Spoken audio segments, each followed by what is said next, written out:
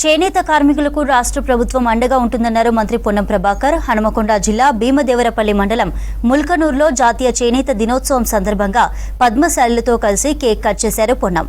కొండా లక్ష్మణ్ బాపూజీ చిత్రపటానికి పూలమాలలు వేసి నివాళులర్పించారు. ప్రతి ఒక్కరూ చేనేత వస్త్రాలు ధరించి చేనేత వర్గాలను ఆదరించాలన్నారు మంత్రి పొన్నం.